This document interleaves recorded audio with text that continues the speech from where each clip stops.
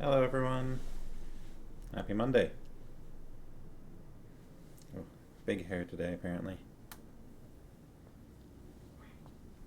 How is everyone today? Have a good weekend? It's the 13th, Monday the 13th. For those of us in BC, which is probably all of us, we officially are going to start needing our vaccine passports to go to places.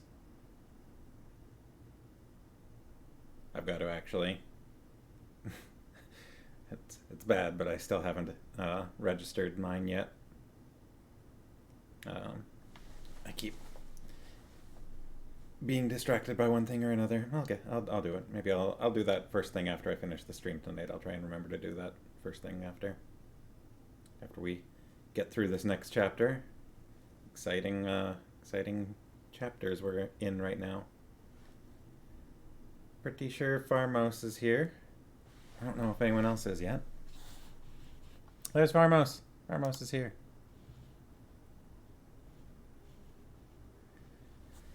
Other than Farmos, it just says another TV viewer. I don't understand some of these accounts. I mean, maybe another TV viewer is someone that just likes to hang out and listen, and while we get through this book, that's cool if so. But I don't know.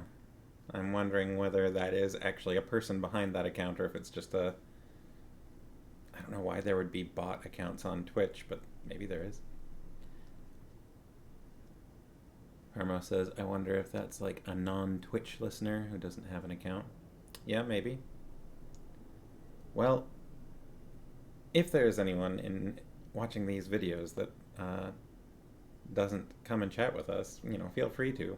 If you're not sure how, if you go to Twitch and my account is Sleet Reads, all one word, if you want to come in and share some insights about The Hobbit with us, or let us know that there is actually a person there, I'd be happy to hear from you.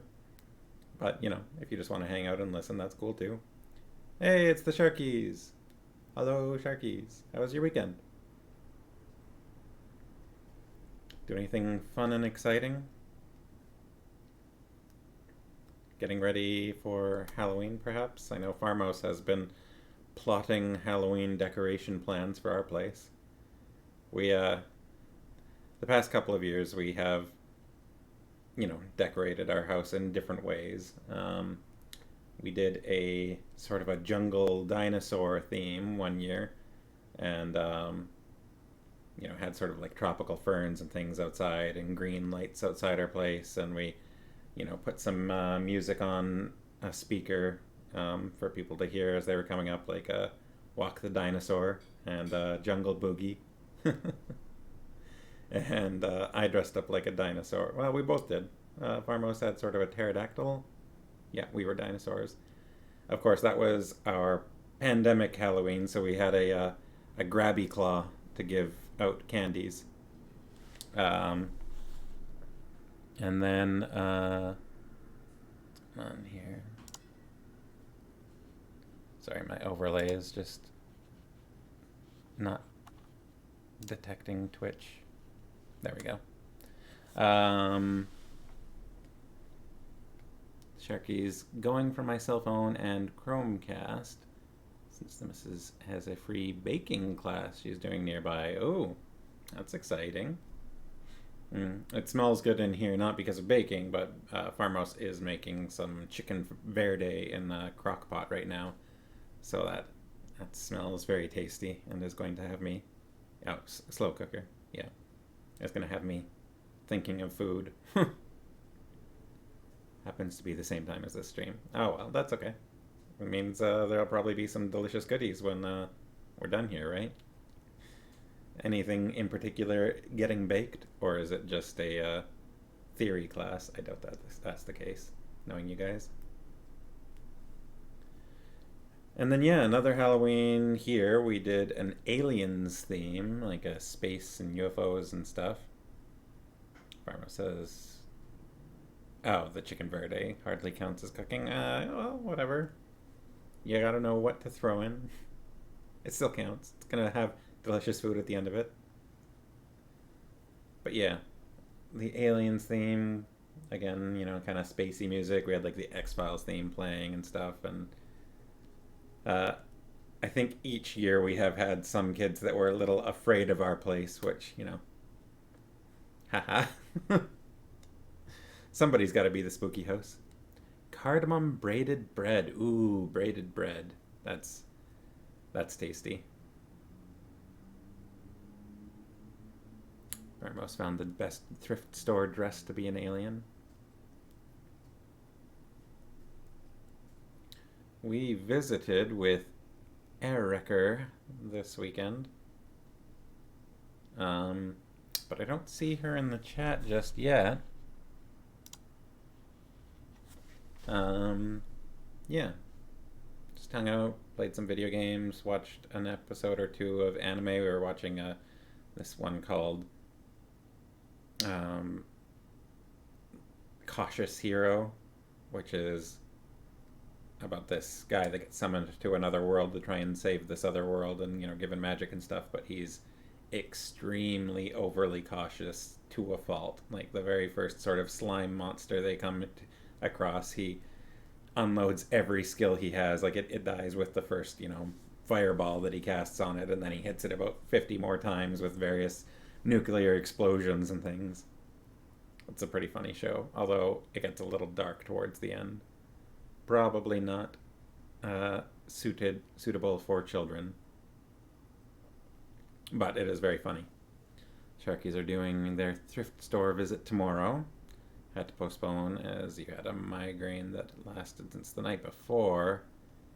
Okay, now just a little woozy. Oh man, that sounds very unpleasant. I'm sorry.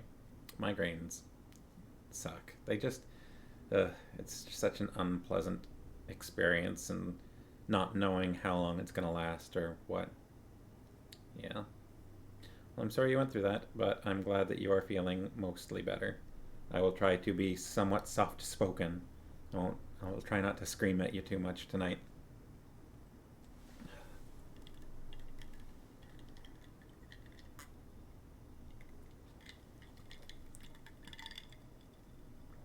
Oh, hello. Kathleen. Is this the first time you visited with us here? Hi. It's nice to see you.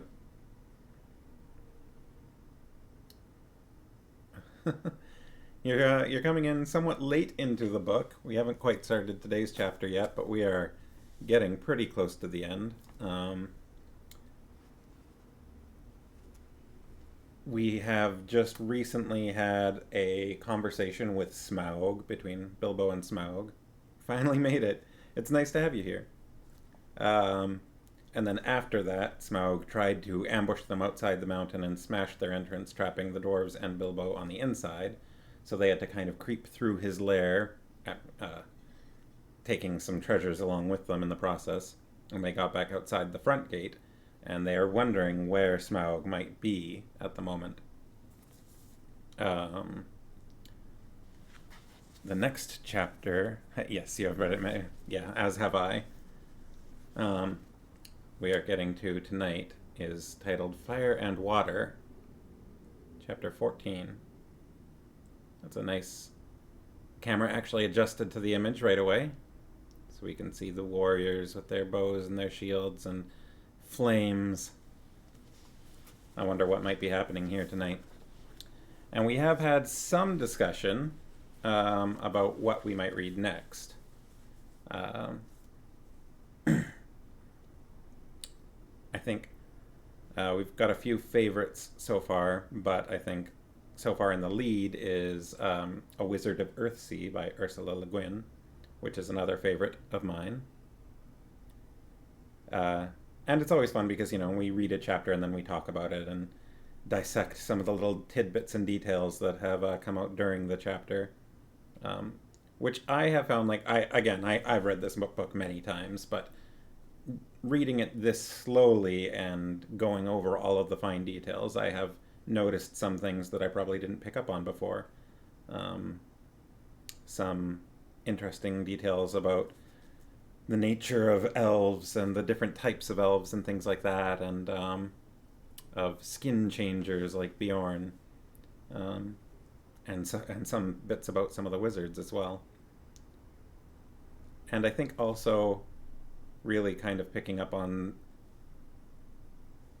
the personalities of the characters a lot more, the individual characters. For me, I think other than Thorin and maybe Fili and Kili, I always just kind of viewed the dwarves as just a group. You know, like I didn't really have much distinction. I guess maybe also Bomber. Bomber, they kind of make fun of a lot, but um, but I feel like this time through I'm picking up on maybe the personality of Balin a little bit more, and Oin and Gloin with their tinder boxes, and that just seems to be their job, is they have tinder boxes. um, so I feel like I've benefited from this whole read through a bit in my perception of the book and the characters and such. And I am still, there are definitely things I'm curious about, that this read through has made me curious about. Like I wonder about light elves. We have met wood elves and high elves, and I've got an idea about dark elves, from at least my own personal idea from having played Dungeons and Dragons. But I'm wondering about light elves and somewhat also sea elves, which got mentioned. Sharkies say, Farmos, yes, the mini Sharkies are participating in their group theme, which is Hilda. Oh, cool. I watched a little bit of Hilda, but it just kind of got lost in the shuffle, and I haven't finished that yet. That'll be fun. I'm looking forward to seeing how that all turns out. I don't know how much of it you can see behind me here, but we've got our artwork wall back here. The bits of art that have been sent my way. I feel like when we are done this book, I'm going to have to take the camera over there and get a close-up of the whole wall where it's at. Farmos says fun. She's watched a couple episodes of that. Well, I don't know if Erica is busy tonight. I don't see her at the moment. Maybe she'll pop in partway through. I know she had work today. Hopefully that went okay. But it's 12 past 7. Why don't we get started on Fire and Water? If everybody is ready. I'll show the picture one more time before we go here, see if it'll focus again. Maybe not. We had one chance at it. Well, it was nice when it happened. So, Chapter 14, Fire and Water. Now, if you wish, like the dwarves, to hear news of Smaug, you must go back again to the evening when he smashed the door and flew off in rage, 2 days before. The men of the lake town, Esgaroth, were mostly indoors, for the breeze was from the black east and chill. But a few were walking on the quays and watching, as they were fond of doing, the stars shine out from the smooth patches of the lake as they opened in the sky. From their town, the lonely mountain was mostly screened by the low hills at the far end of the lake, through a gap in which the running river came down from the north. Only its high peak could they see in clear weather, and they looked seldom at it, for it was ominous and drear, even in the light of morning. Now it was lost and gone, blotted in the dark. Suddenly, it flickered back to view. A brief glow touched it and faded. "Look," said one, "the lights again. Last night the watchmen saw them start and fade from midnight until dawn. Something is happening up there." "Perhaps the king under the mountain is forging gold," said another. "It is long since he went north. It is time the songs began to prove themselves again." "Which king?" said another with a grim voice. "As like as not it is the marauding fire of the dragon, the only king under the mountain we have ever known." "You are always foreboding gloomy things," said the others. "Anything from floods to poisoned fish. Think of something cheerful." Then suddenly a great light appeared in the low place in the hills and the northern end of the lake. turned golden. "The king beneath the mountain!" they shouted. "His wealth is like the sun, his silver like a fountain, his rivers golden run. The river is running gold from the mountain!" they cried, and everywhere windows were opening and feet were hurrying. There was once more a tremendous excitement and enthusiasm. But the grim-voiced fellow ran hot-foot to the master. "The dragon is coming, or I am a fool!" he cried. "Cut the bridges! To arms! To arms!" Then warning trumpets were suddenly sounded and echoed along the rocky shores. The cheering stopped, and the joy was turned to dread. So it was that the dragon did not find them quite unprepared.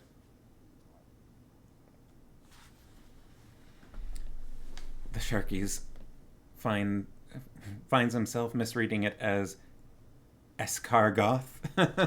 Escargoth.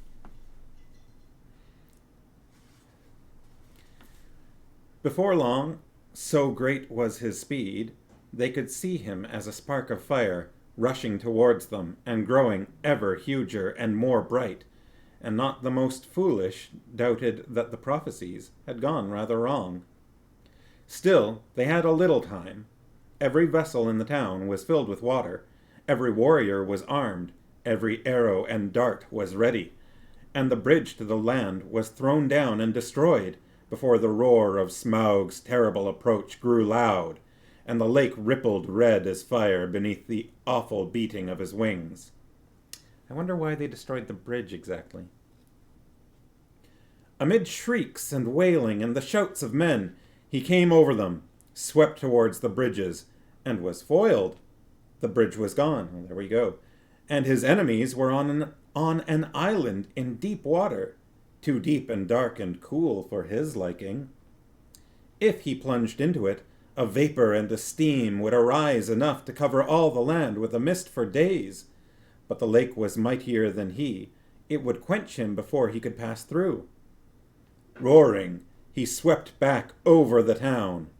A hail of dark arrows leapt up and snapped and rattled on his scales and jewels, and their shafts fell back, kindled by his breath, burning and hissing into the lake. No fireworks you ever imagined equaled the sights that night. At the twanging of the bows and the shrilling of the trumpets, the dragon's wrath blazed to its height, till he was blind and mad with it. No one had dared to give battle to him for many an age, nor would they have dared now if it had not been for the grim-voiced man, Bard was his name, who ran to and fro, cheering on the archers and urging the master to order them to fight to the last arrow. Fire leapt from the dragon's jaws. He circled for a while, high in the air above them, lighting all the lake. The trees by the shores shone like copper and like blood, with leaping shadows of dense black at their feet. Then down he swooped, straight through the arrow storm, reckless in his rage, taking no heed to turn his scaly sides towards his foes, seeking only to set their town ablaze. Fire leapt from thatched roofs and wooden beam ends as he hurtled down and past and round again, though all had been drenched with water before he came. Once more water was flung by 100 hands wherever a spark appeared. Back swirled the dragon. A sweep of his tail, and the roof of the great house crumbled and smashed down. Flames unquenchable sprang high into the night. Another swoop, and another house, and then another sprang afire and fell. And still no arrow hindered Smaug, or hurt him more than a fly from the marshes.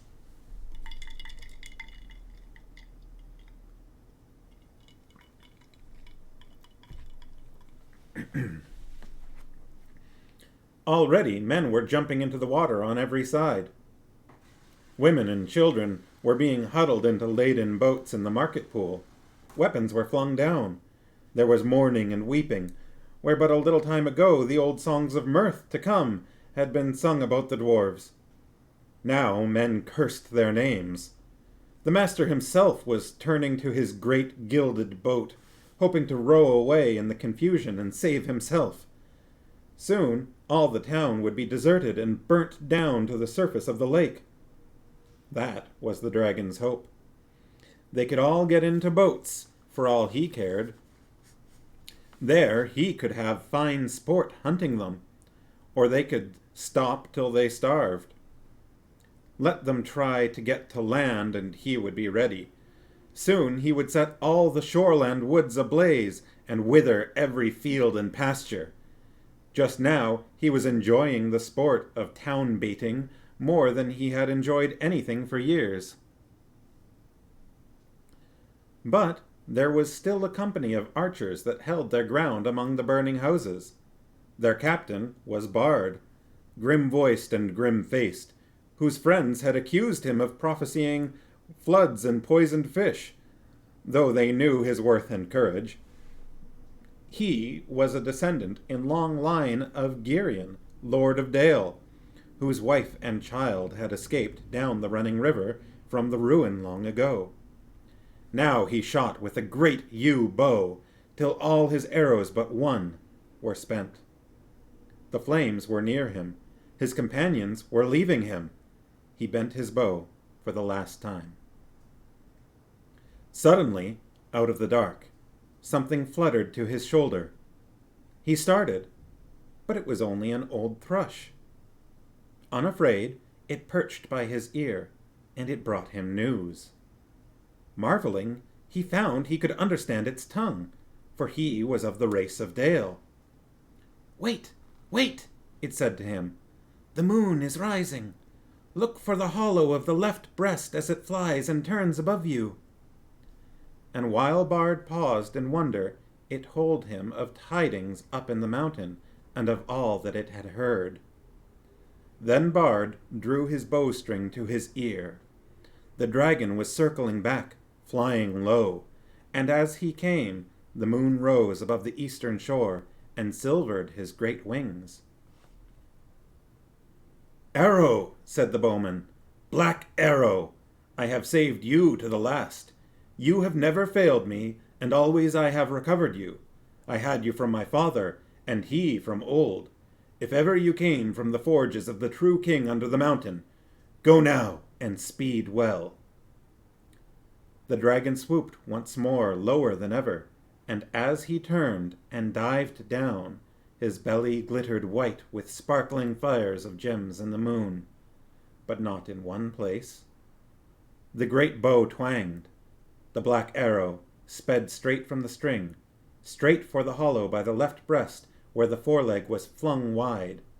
In it smote and vanished, barb, shaft, and feather, so fierce was its flight. With a shriek that deafened men, felled trees, and split stone, Smaug shot spouting into the air, turned over, and crashed down from on high in ruin. Full on the town he fell. His last throws splintered it to sparks and glades. The lake roared in. A vast steam leapt up, white in the sudden dark under the moon. There was a hiss, a gushing whirl, and then silence. And that was the end of Smaug and Esgaroth, but not of Bard. There's a word here I'm actually not familiar with. His last throws splintered it to sparks and glades. It's spelled Gledes. I don't know that word. The waxing moon rose higher and higher, and the wind grew loud and cold.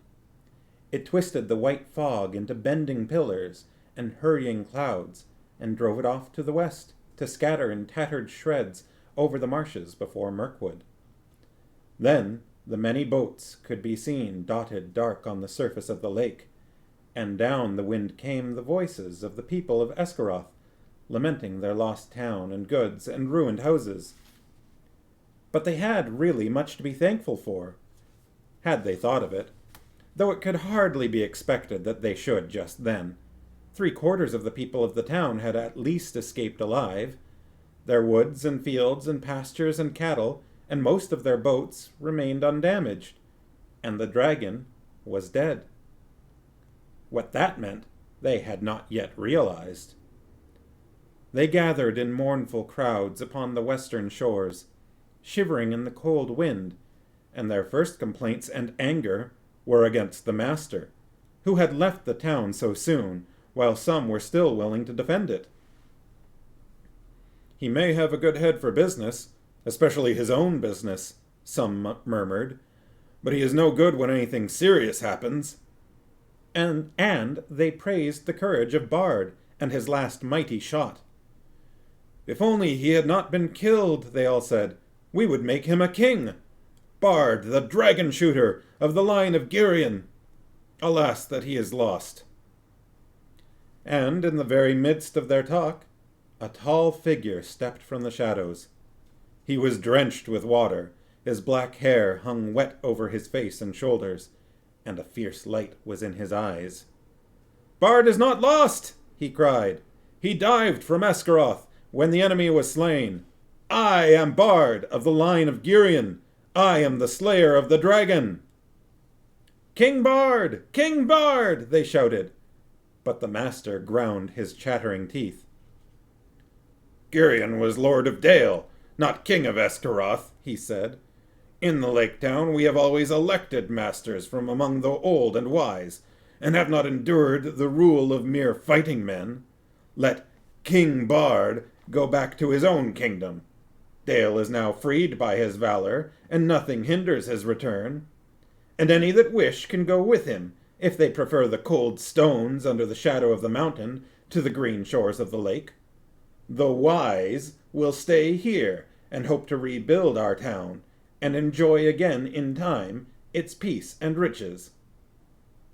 "We will have King Bard," the people near at hand shouted in reply.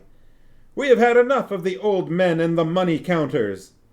And people further off took up the cry, "Up the bowmen, and down with money bags," till the clamor echoed along the shore. "I am the last man to undervalue Bard the bowman," said the master warily, for Bard now stood close beside him. "He has tonight earned an eminent place in the roll of the benefactors of our town, and he is worthy of many imperishable songs. But why, O people," and here the master rose to his feet and spoke very loud and clear, "why do I get all your blame? For what fault am I to be deposed? Who aroused the dragon from his slumber, I might ask? Who obtained of us rich gifts and ample help, and led us to believe that old songs could come true? Who played on our soft hearts and our pleasant fancies? What sort of gold have they sent down the river to reward us? Dragonfire and ruin! From whom should we claim the recompense of our damage, and aid for our widows and orphans?" As you see, the master had not got his position for nothing. The result of his words was that for the moment the people quite forgot their idea of a new king, and turned their angry thoughts towards Thorin and his company. Wild and bitter words were shouted from many sides, and some of those who had before sung the old songs loudest were now heard as loudly crying that the dwarves had stirred the dragon up against them deliberately. "Fools!" said Bard. "Why waste words and wrath on those unhappy creatures? Doubtless they perished first in fire before Smaug came to us." Then, even as he was speaking, the thought came into his heart of the fabled treasure of the mountain, lying without guard or owner, and he fell suddenly silent. He thought of the master's words, and of Dale rebuilt and filled with golden bells, if he could but find the men. What are people saying here? Oh, I've missed a few things. Farmo says there's not a lot about the master of Dale, but Tolkien does take the time to mention his failings. Gilded boat fleeing the town as soon as the battle starts. Oh, glades. Live coals, embers, or molten metallic beads, such as skid across a cooler surface. Okay, thank you for the definition. That fits. Am I pronouncing it right, I wonder? Sharkies wonder if there is a comparison character flaw-wise to be made between Smaug and the Master. Ooh. Farmo says, ooh, nice, good call. I guess Smaug kind of did get part of what he wanted. He did more or less destroy the physical town. Backfired on him. Sharkies wonder how it would have looked if Smaug's revenge was more or less equal to the theft of one cup. Farmo says it may have been his favorite cup. Oh boy. Long E. Gledes? Gledes? Gledes or gledes? Well, I probably won't need to read that again either way. I'll have to look it up after.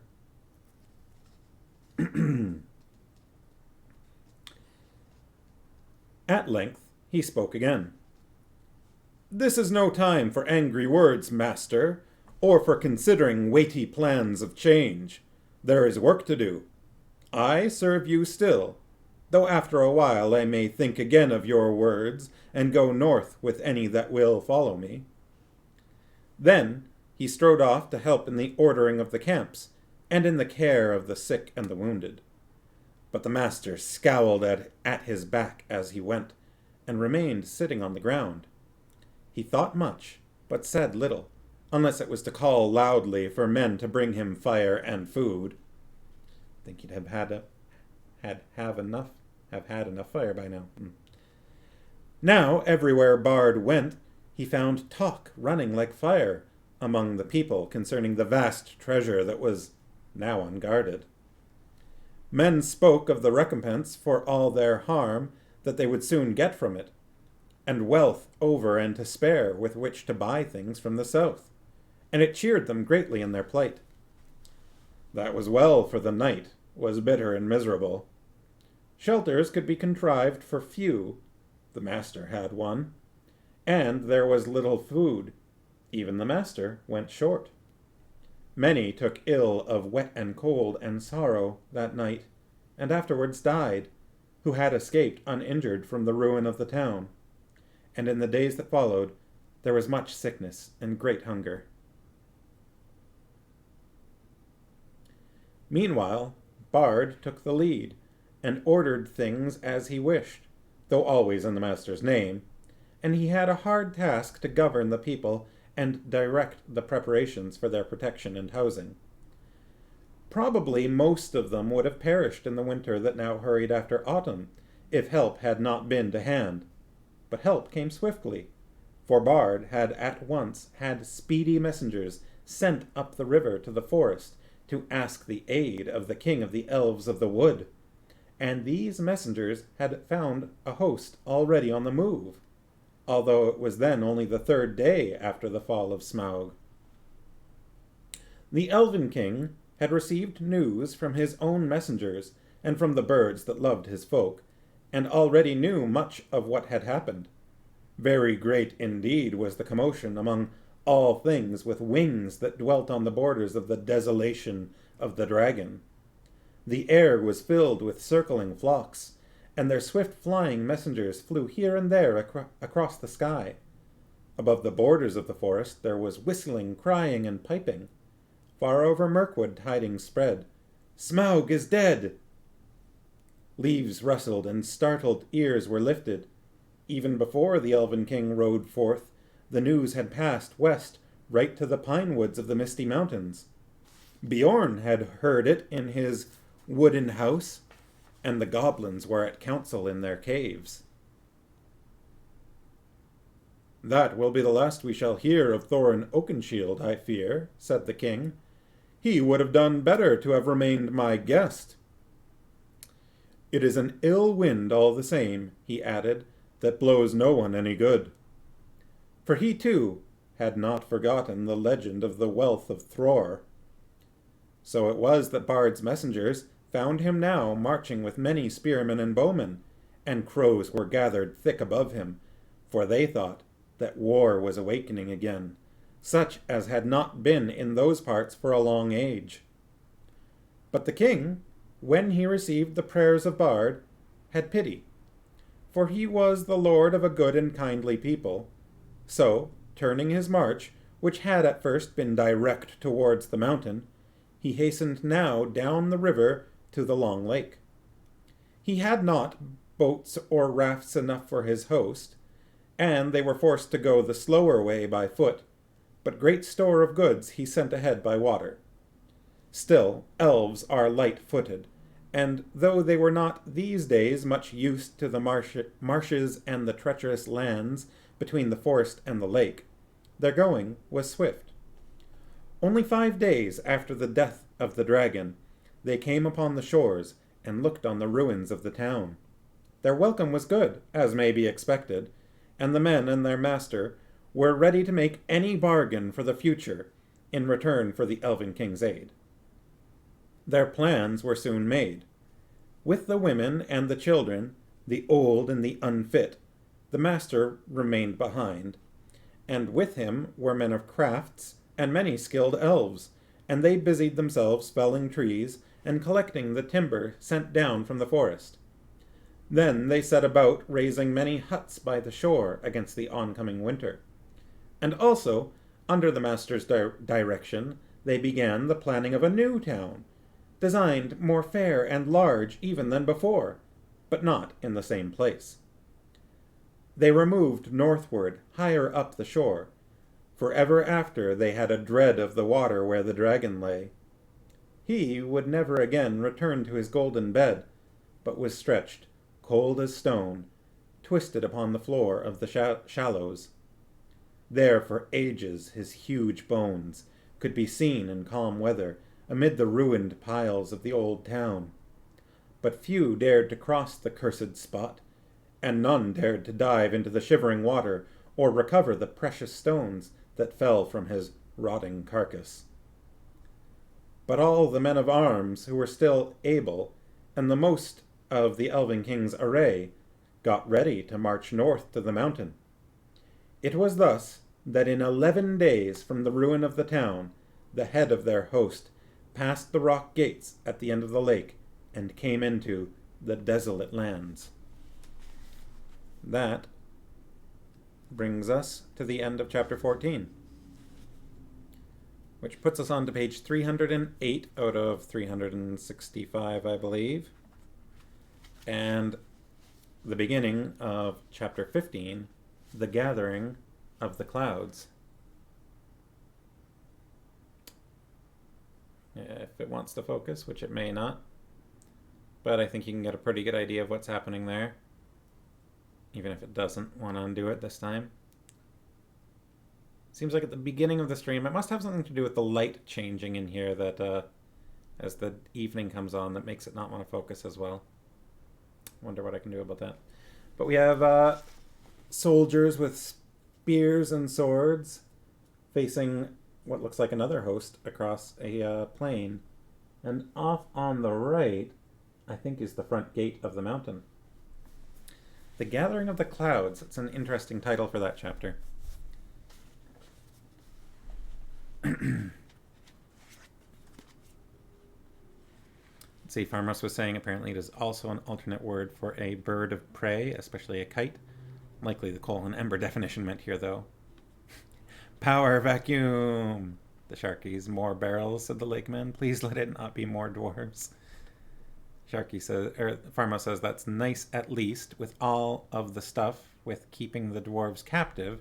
Having the wood elves provide aid to the lakemen gives more credence to them being nice and kindly folk. Yeah, you definitely see both the good and the bad of all of the characters who are kind of considered to be good in this book. Bilbo starts off cowardly and grows more heroic, but is still kind of mischievous throughout, and likes his riddles and likes to appear as though he's doing everything himself, although sometimes he is. The dwarves are very generous and willing to do what they can for those that they're friends with, but are also fairly cowardly, many a time it seems, willing to push off responsibilities onto others.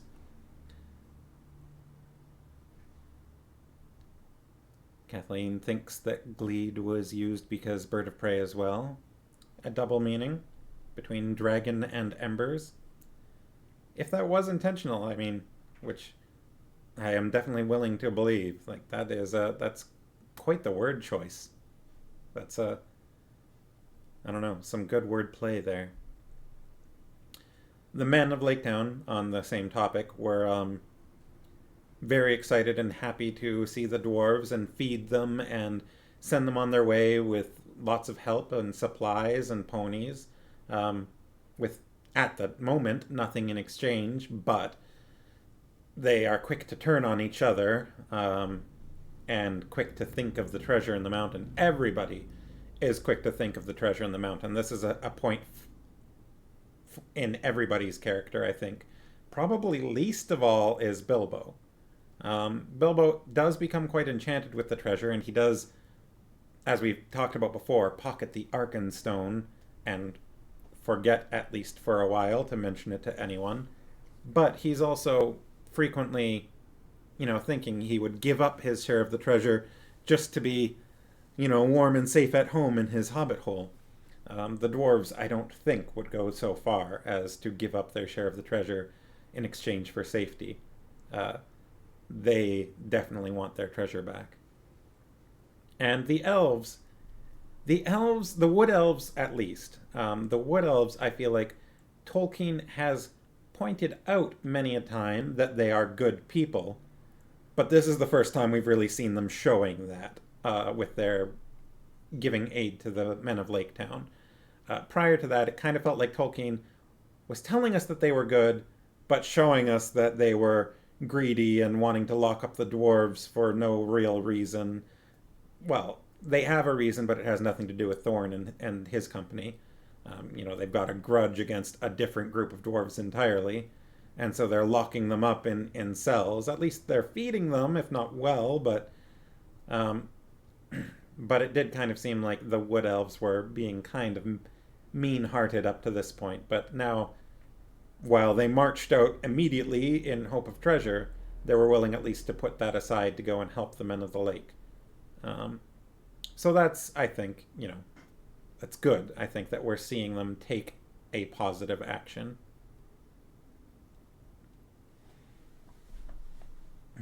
Professor Tolkien, after all, yes, that's of course correct. Pharma says Tolkien is a fantastic wordsmith. Inherent prejudice? Well, and we have seen, it seems as though Tolkien is definitely willing to take shots at the wealthy in this book. There have been more than a few instances, and there was, a couple in this chapter, especially about the master and his gilded boat and how he was willing to flee in it right away. And it does, I think, is sort of a theme in his works that you could easily see, the angle of anyone that gains wealth loses some moral character in the process. Maybe that's a different take to assign to the ring, thinking of the ring as wealth, the golden ring. But and it hasn't in this book affected Bilbo that much, though he has had fun with it and tried to take credit for its powers himself. The greedy do not seem to prosper with Tolkien for money or power, says Farmos. Yeah, that's definitely true. But there was that bit about Smaug flying into a rage such as you only get with someone who has far too much and has just lost something of which they've never needed or used before. That was a clear shot at the wealthy from Tolkien. There's really no other interpretation of that bit. And the elves that wanted the treasure from the dwarves but didn't want to pay for it, and that caused the whole feud between elves and dwarves in the first place. There's definitely a lot of examples just in this book, without even going into The Lord of the Rings. Sharkies says, Smaug upset like a rich person who is upset by losing something that he had no use for. Yeah, hoardings, yes, says Kathleen, that's right. And I feel like we have definitely gotten a lot more examples of that the further we've gone into this book, of people lusting after wealth. I mean, that's how the whole book started, with the dwarves wanting their treasure back. In this case, it was something that was taken from them and they want it back. So perhaps that's why they're not immediately just villains, is that they're wanting to regain what they had.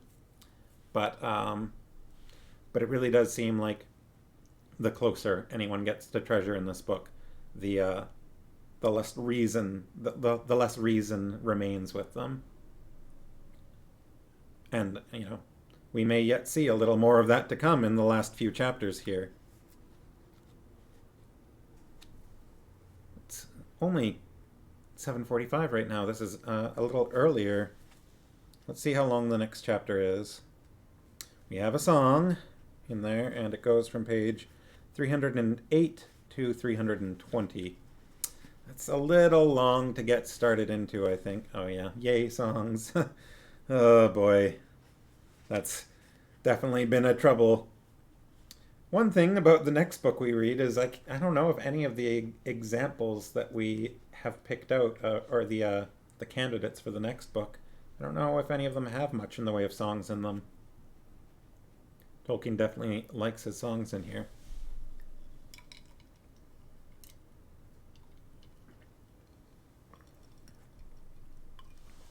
Sharky says, there's also much praise, alternatively, for simpler things, such as Bilbo fondly remembering Beorn's Hall. Yeah, that was a good moment of him looking back on that moment in the adventure. But varied characters in the possible next books. Yes, that's true.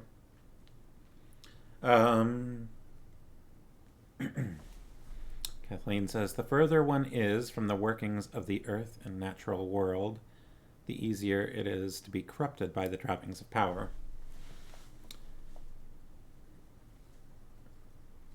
Let me think about... I'm trying to think of that in the light of this book specifically. Because you could definitely see the hobbits and Bilbo living in his hole under the hill as being close to the natural world, although it is sort of a carved out place and somewhat, I hesitate to use the word civilized, but comfortable, right? He's comfortable there. And hobbits, I think, are, by the other races of Middle-earth, are seen as kind of like a country simple folk, and yet they are definitely, their strongest point seems to be their resistance to corruption, which I'm curious how much of that was intended in this book before he got into The Lord of the Rings. We've kind of talked about this a little bit before. There was mention of the ring corrupting when Bilbo retrieved it from Gollum, but Bilbo has actively worn the ring for weeks at a time in this book, without removing it, and I don't think that we see much influence of it over him. Maybe a little bit of a tingle at one point, but it feels to me like in The Hobbit, the power of the ring is at least lesser at this time, or perhaps it was originally thought to be slower acting. Then when we get into The Lord of the Rings, it seems to spread its influence quicker, but there is an explanation for that with the activity of Sauron in the world at that point, and with him actively spreading his influence, that could cause the ring to also spread its influence quicker. Farmos says, not a lot of characters who have little and want enough, mostly those who have enough and want more, or have enough and don't really want more. Like Bilbo and Beorn both have enough without having to do a lot of work for money style of deal. Tolkien, an earlier critic of capitalism, perhaps. Is that earlier? I think there was probably already some critics at that point. But yes, definitely Tolkien does seem to be, at least based on this book, a critic of the overly wealthy.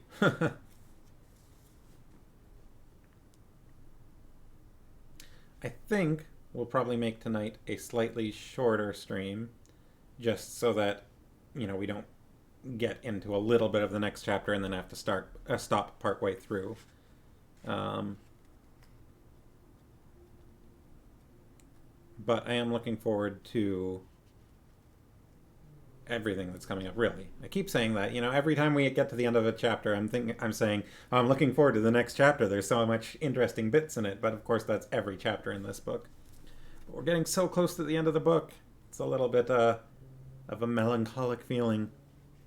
This is definitely by far the longest it's ever taken me to read this book, going chapter by chapter. But bittersweet, says Farmos. Does anyone have any other thoughts about this chapter specifically, about the death of Smaug? I can't help but be... I mean, Smaug is just a villain in this book, right? He's a great greedy dragon, and he's caused nothing but death and destruction, but, I've got a fondness for dragons, as we can see, the dragons in the background here.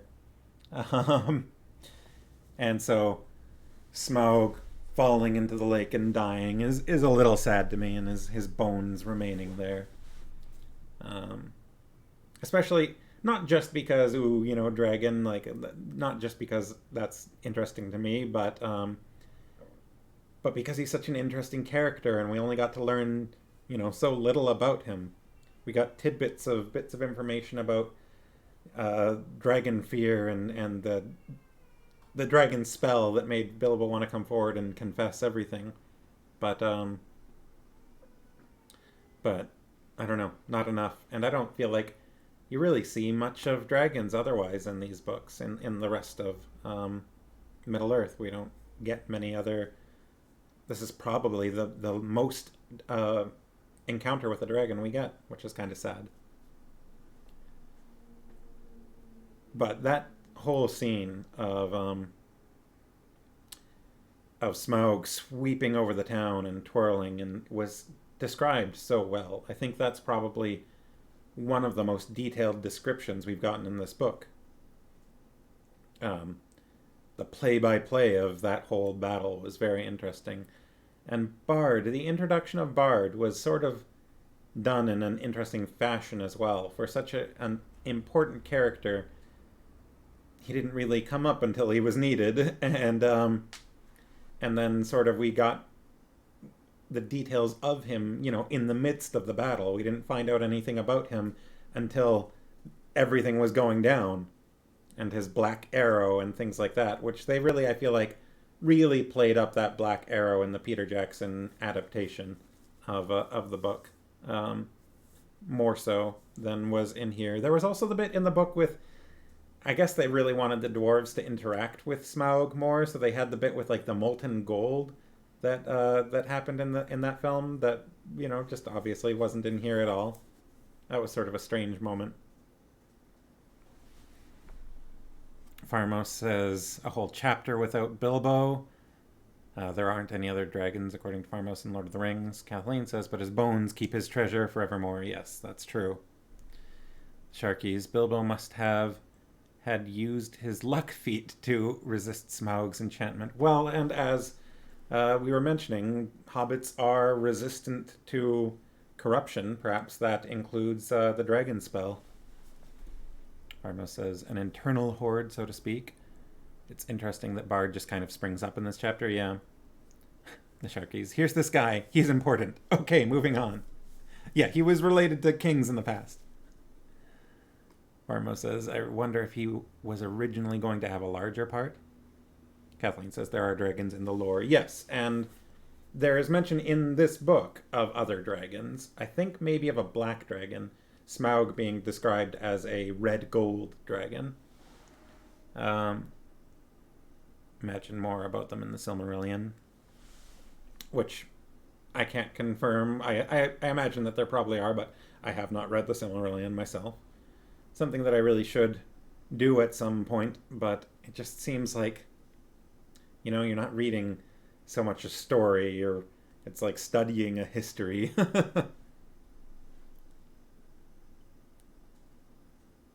Sharky say at least one famous dragon in there. Yeah, that makes sense to me. But I feel like, I doubt that you would get much of the personality of the dragon from that.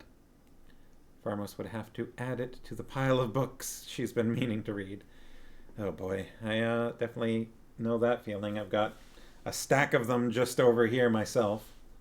Um, Although those are mostly manga and comics that I have here. And then we've got books that we'll read together, which I am excited to get to as well.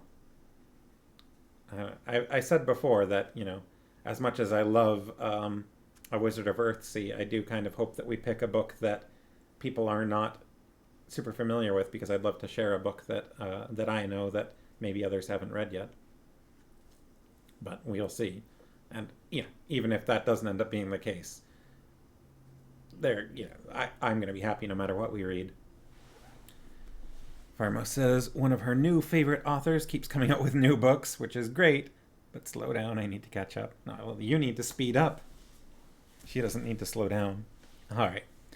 Well, we're just about at 8 o'clock, and I've been kind of rambling on here for a bit. Kathleen, thank you again for joining us. I hope that you can come back for further streams. We'll be doing this again on Friday at 7 p.m. And for now, remaining with the Monday and Friday 7 o'clock schedule. But I think when we finish this book, we can talk then about what we're going to read next, do a little vote on that, and then also talk about whether this schedule continues to be convenient for everybody, or if we should maybe think about a different time slot to do these at. But we can get to that later. I hope everyone has a great week. It's, the 13th now. If you haven't done your vaccine passport registration yet, you should do that. I need to do that as well. That's going to be... Kathleen hopes to come back. Great. That would be really nice. I have really appreciated your insights here. You've brought up some points that I wouldn't necessarily think of myself. And I like looking at this world through your eyes in that way. I think that gives me a better understanding myself. So thank you for that. But have a great week, everyone. Sharkies, I hope you enjoy your braided bread. I'm a little bit envious of that. But not too envious, because that would mean probably that I'm losing some moral character. So I'm not greeting after your bread, but I hope it's good. All right. Have a good week, everyone, and I'll see you Friday night. Bye. Oh, she may make it again. You'll have to save me some. Bye. Good night.